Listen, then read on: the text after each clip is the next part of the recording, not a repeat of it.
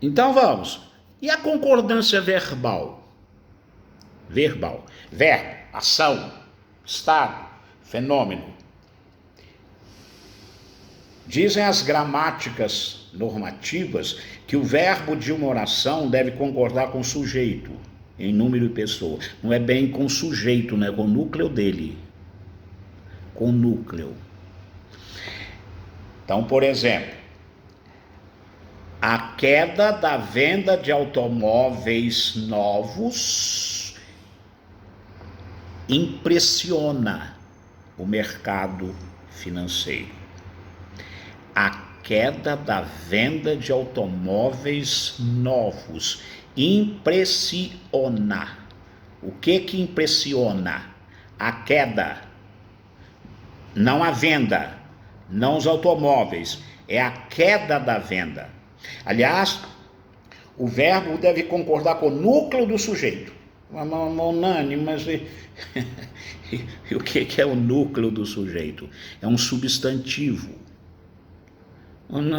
O que é um substantivo? Tá vendo? Quanta coisa que você precisa saber? Substantivo é o nome de um ser. Existe queda? Existe. Existe algo chamado automóvel? Existe. Existe algo chamado Brasil, um país chamado Brasil? Sim. Existe algo chamado celular? Existe. Então, são substantivos, são seres. O verbo concorda com o substantivo núcleo, que no caso do meu exemplo é a queda. Por que queda? E não automóveis? Né? Por quê? Porque é o único que não tem preposição, um elemento de ligação. A queda de automóveis. Automóveis tem a preposição.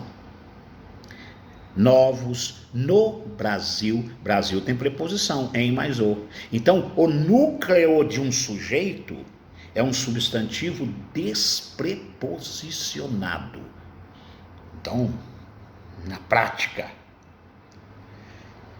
se você tem dúvida, pegue o verbo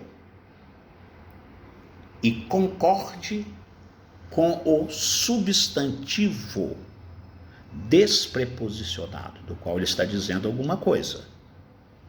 Então, repetindo o exemplo. A queda da venda de automóveis novos no Brasil impressiona o mercado. A queda impressiona. Faça isso que você não erra jamais. Mas espera lá. Pergunte ao verbo que ele vai te responder quem que é o seu sujeito. Quer ver? O verbo impressiona. Você está falando de quê? Ele vai te responder assim, ó. A queda da venda de automóveis novos. Quem é o núcleo? Queda. Está no singular? Então, verbo do singular. Certo? Muito bem. Essa concordância se chama lógica ou gramatical. Pega o verbo, concorde com o núcleo do sujeito, ou com os núcleos, né? Porque você vai ter o sujeito composto, né? Passarão o céu e a terra. Céu, terra, passarão. Então o sujeito é composto. Então eu acho que a concordância verbal é mais uma questão de leitura atenta. É verdade.